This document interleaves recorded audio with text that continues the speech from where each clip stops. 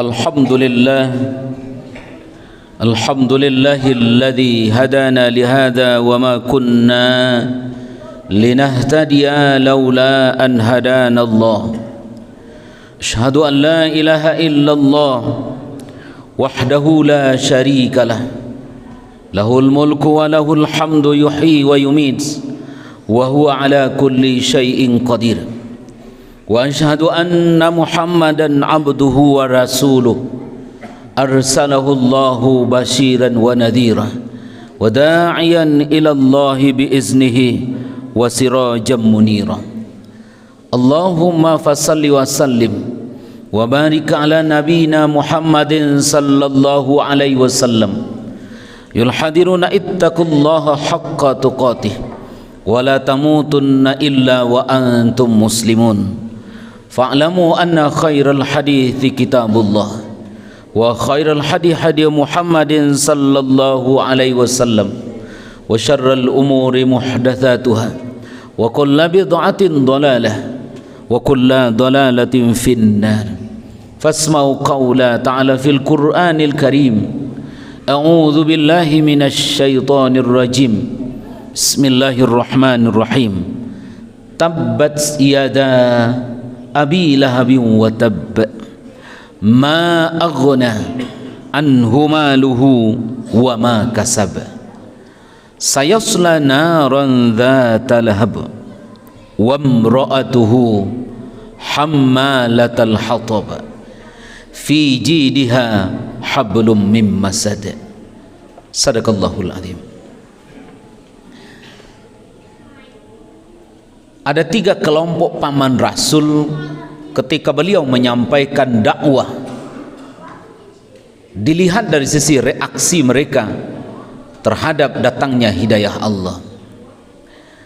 Ada sahabatnya yang menerima, ada pamannya yang menerima ajaran Islam, sehingga menjadi pejuang Allah, bahkan meninggal di jalan Allah. Ibnu Abbas misalkan, yang anaknya Ibnu Abbas, dan ini keluarga Rasul yang sangat dekat dengan beliau. Tipe yang kedua, ada paman Nabi itu yang tetap memperjuangkan Nabi Muhammad, mengalangkan lihiyanya untuk Nabi Muhammad SAW meskipun dia tidak beragama Islam. Dia bela kemenakannya meskipun dia bertentangan dari sisi akidah. Dialah Abu Talib. Tapi ada yang ketiga, paman Rasul itu yang tidak saja tidak masuk Islam, tapi dia juga menentang ajaran yang dibawa Nabi Muhammad dan bahkan melecehkan apa yang dibawa Nabi dan menghina apa yang disampaikan Rasul. Itulah dia Abu Lahab. Sesaat Nabi SAW menyampaikan dakwah ke umat manusia yang belum beragama Islam. Ketika Nabi SAW berdakwah, Abu Lahab mengiring dari belakang. Dia lihat Nabi menyampaikan ajaran Islam, mengajak orang ke dalam agama Allah, membawa orang ke kapal keselamatan. Datang dari belakang Abu Lahab dan dia sampaikan ke orang, dia Muhammad menyampaikan ajaran baru, agama baru.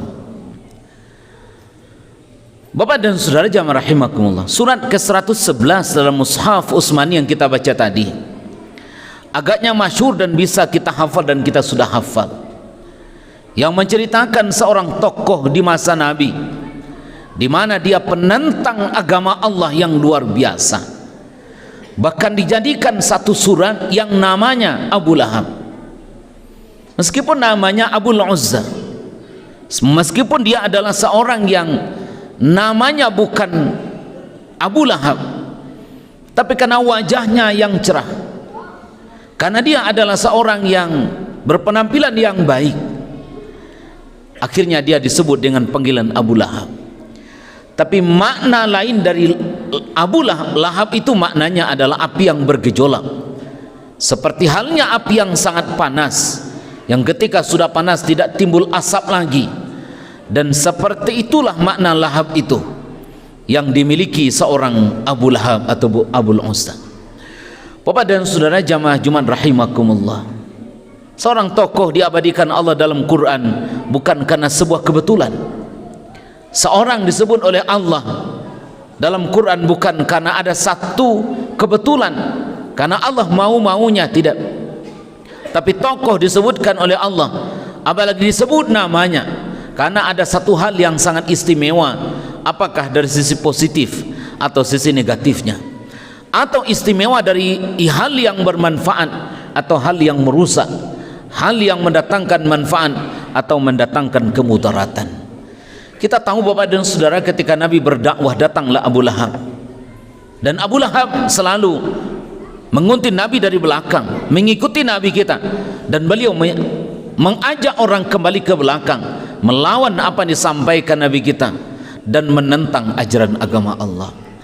5 ayat surat Al-Lahab ini dapat beberapa pelajaran kita ambil yang mungkin kita bawa dalam kehidupan kita. Pertama adalah bahwa ketika kebencian sudah memuncak kepada seseorang, ketika kebencian sudah memuncak kepada sesuatu, biasanya kebenaran itu tidak lagi dapat kita terima dengan penuh hati. Maka itu jangan kita benci kepada seseorang sehingga kita, apa yang dia sampaikan, kita tidak senang apa yang dia sampaikan itu. Padahal bila kebenaran disampaikan oleh seseorang, maka kita sejatinya menerima dengan lapang dada. Bukankah Ali bin Abi Thalib katakan, unzur ma qala wala tanzur man qala. Engkau lihat apa yang disampaikan orang, karena bila mana kebenaran disampaikan, meskipun dari cucu kita yang belajar MDA, belajar TPA, ketika mendengar kita baca Quran tidak benar tasdid dan tajwidnya, jangan langsung emosi kita jawab, kalian baru patang, baru layah, lapan delu majamu. Apalagi bila mana berhadapan dengan orang yang kita benci dengan dia, jangankan orangnya, tarompanya sampai dia wak bangihinya kan, ayamnya sebab dia wak langsung emosi kan. Kenapa? Karena biasa orang seperti itu. Karena kalau sudah benci, maka dia akan menolak kebenaran itu, padahal kebenaran itu datangnya dari Allah, meskipun orang yang menyampaikan mungkin kita tidak suka dengan orangnya. Yang kedua adalah pelajaran yang dapat kita ambil, meskipun Abu Lahab adalah seorang yang sangat dekat dengan Nabi, dari sisi nasab bertemu dengan Nabi, dari sisi interaksi ketemu dengan Rasul, tapi dia tidak dapat hidayah, dia tidak mendapatkan petunjuk Allah. Meskipun Abu Lahab selalu berinteraksi dengan Nabi, bertemu dengan beliau dalam kehidupannya.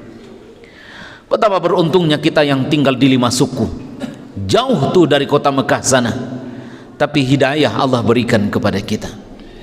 Betapa banyak orang yang sejatinya bisa masuk Islam karena dia berdekatan dengan sumber wahyu, tapi dia tidak jadi masuk Islam karena dia tidak dapat hidayah dari Allah. Ketika Abu Talib memperjuangkan agama Allah dengan menghadangkan dirinya, menggandaikan dirinya kepada agama Allah dan mengalangkan lehernya untuk perjuangan agama Islam, Nabi SAW berharap sekali moga pamannya Abu Talib selamat dari azab Allah.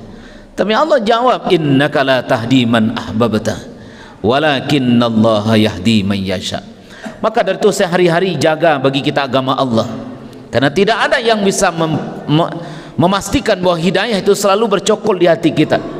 Bila mana kita tidak isi wadah hati kita dengan hal yang benar, maka setan akan masuk, akan mengisi ruang hati kita dengan kemungkaran, sehingga kita tidak lagi bisa membedakan mana yang benar, mana yang salah. Beruntung kita hari ini menjadi seorang muslim. Bukankah muslim beragama Islam menjadi seorang yang dapat hidayah, ini gerbang keselamatan yang Allah sediakan.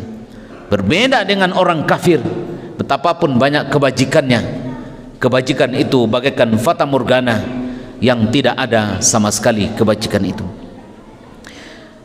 Yang ketiga yang dapat kita ambil adalah bahwa betapapun banyak kekayaan yang dia miliki, bila mana kekayaan itu tidak mendekatkan dirinya kepada Allah, kekayaan itu mencelakakan kepada dia. Allah sudah ingatkan dalam surat Al-Ham, ma aghna anhu maluhu wa ma kasab. Di bila mana hari ini kita punya uang, bila mana hari ini kita punya kekayaan, kekayaan itu tidak mendekatkan diri kita kepada Allah, maka kekayaan itu akan mencelakakan kita. Betapa banyak hari ini adigium yang disampaikan orang, sulitnya ekonomi hari ini. Jangankan mencari yang halal, yang haram saja sulit didapatkan.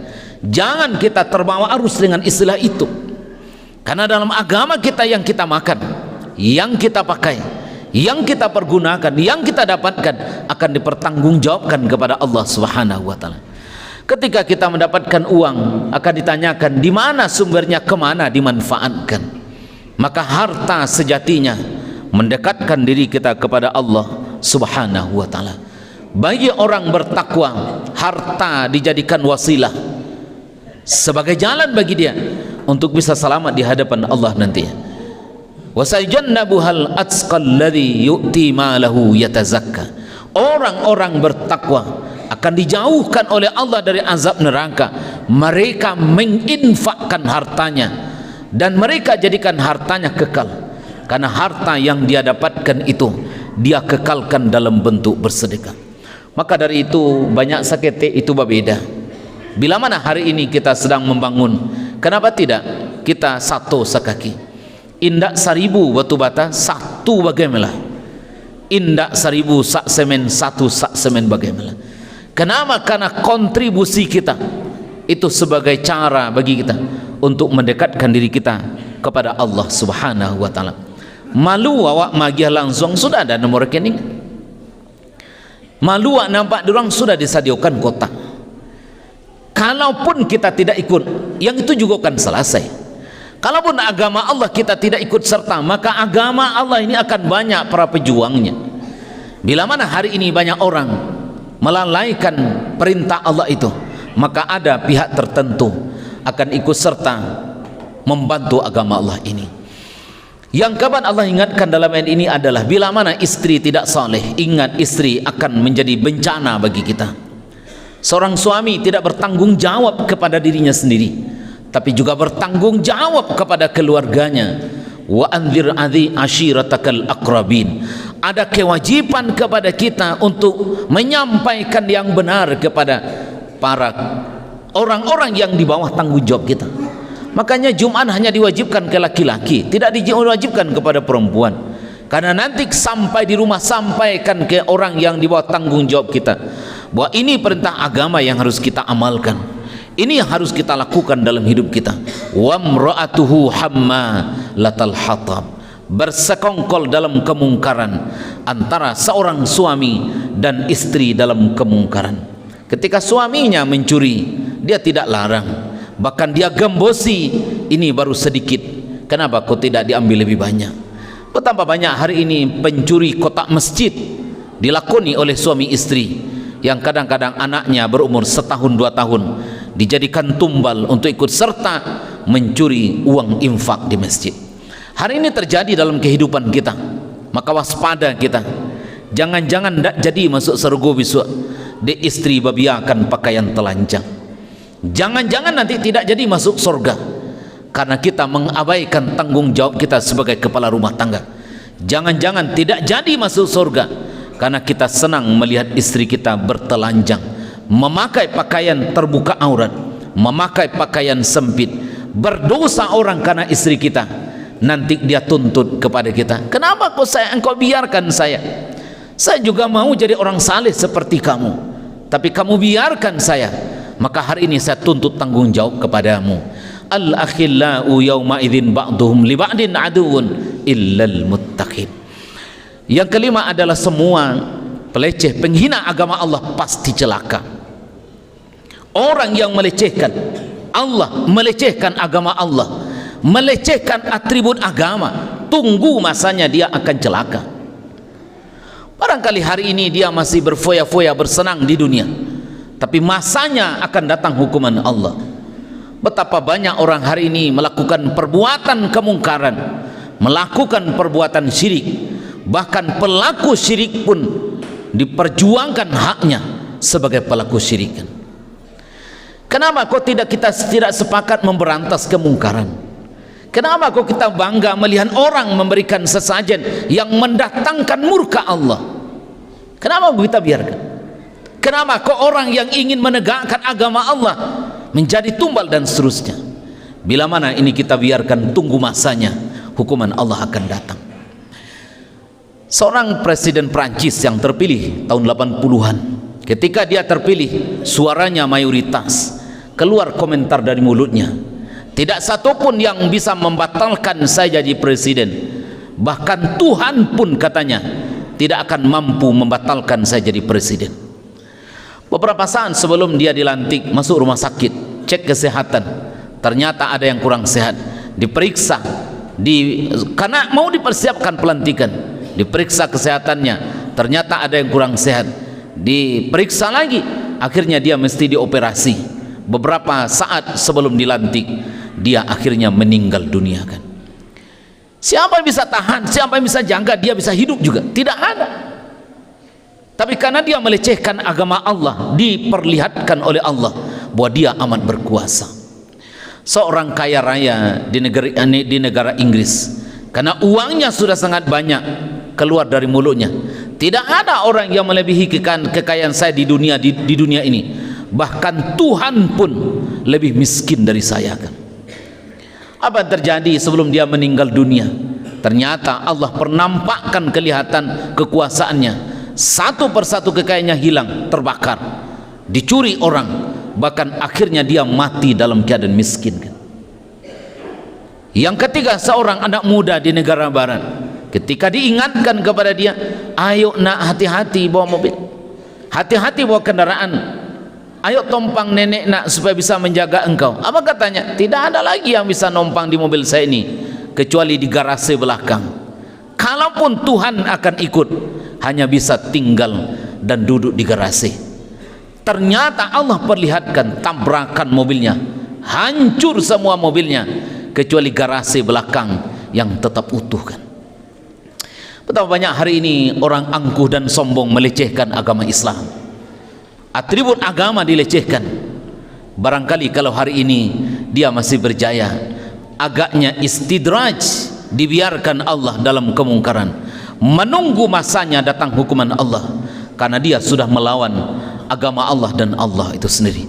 Mudah-mudahan kita jaga agama Allah ini.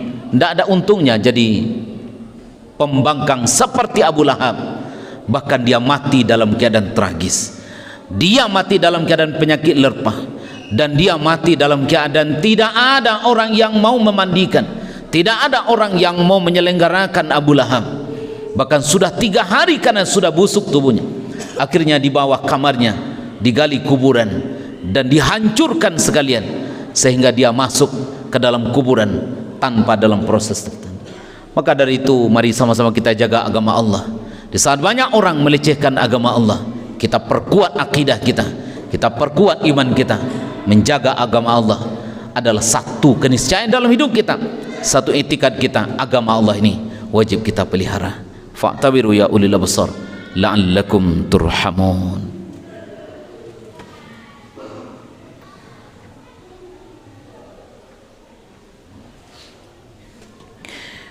Alhamdulillahilladzi bi ni'matihi tatimmus shalihat.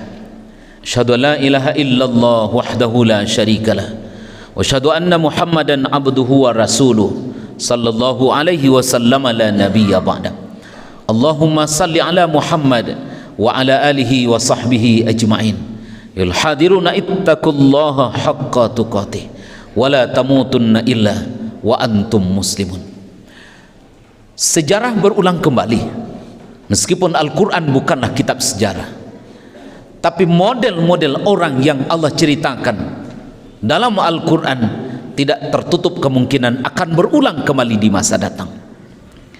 Hari ini Bapak dan Saudara jamaah rahimakumullah, Perjuangan berat bagi kita untuk memperjuangkan agama Allah ini, karena baik dari dalam maupun dari luar ada musuh yang ingin meruntuhkan agama Allah.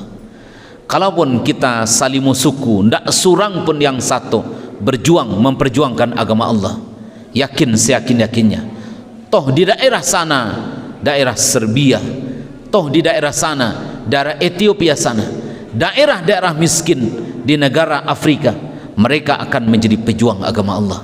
Tapi ingat bahwa di akhirat kelak kita akan dituntut. Kenapa engkau tidak ikut serta memperjuangkan agama Allah? In tansurullah yansurkum. Kalau kamu tolong agama Allah, pasti Allah menolong kamu. Mudah-mudahan Bapak dan Saudara jadi pelajaran bagi kita, penyemangat bagi kita untuk selalu memperjuangkan agama Allah ini, minimal dari keluarga kita, di kampung kita, di jorong kita, di lingkungan kita masing-masing. Innallaha wa malaikatahu yusalluna 'alan nabi ya ayyuhalladzina amanu sallu 'alaihi wa sallimu taslima. Allahumma salli 'ala Muhammad wa 'ala ali Muhammad kama sallaita 'ala Ibrahim wa 'ala ali Ibrahim innaka Hamidum Majid. Allahumma ighfir lil muslimina wal muslimat wal mu'minina wal mu'minat al ahya'i minhum wal amwat. Rabbana zalamna anfusana wa illam taghfir lana wa tarhamna lanakunanna minal khasirin. Rabbana atina fid dunya hasanah wa fil akhirati hasanah wa qina adzabannar. Walhamdulillahi rabbil alamin. Aqimus salat.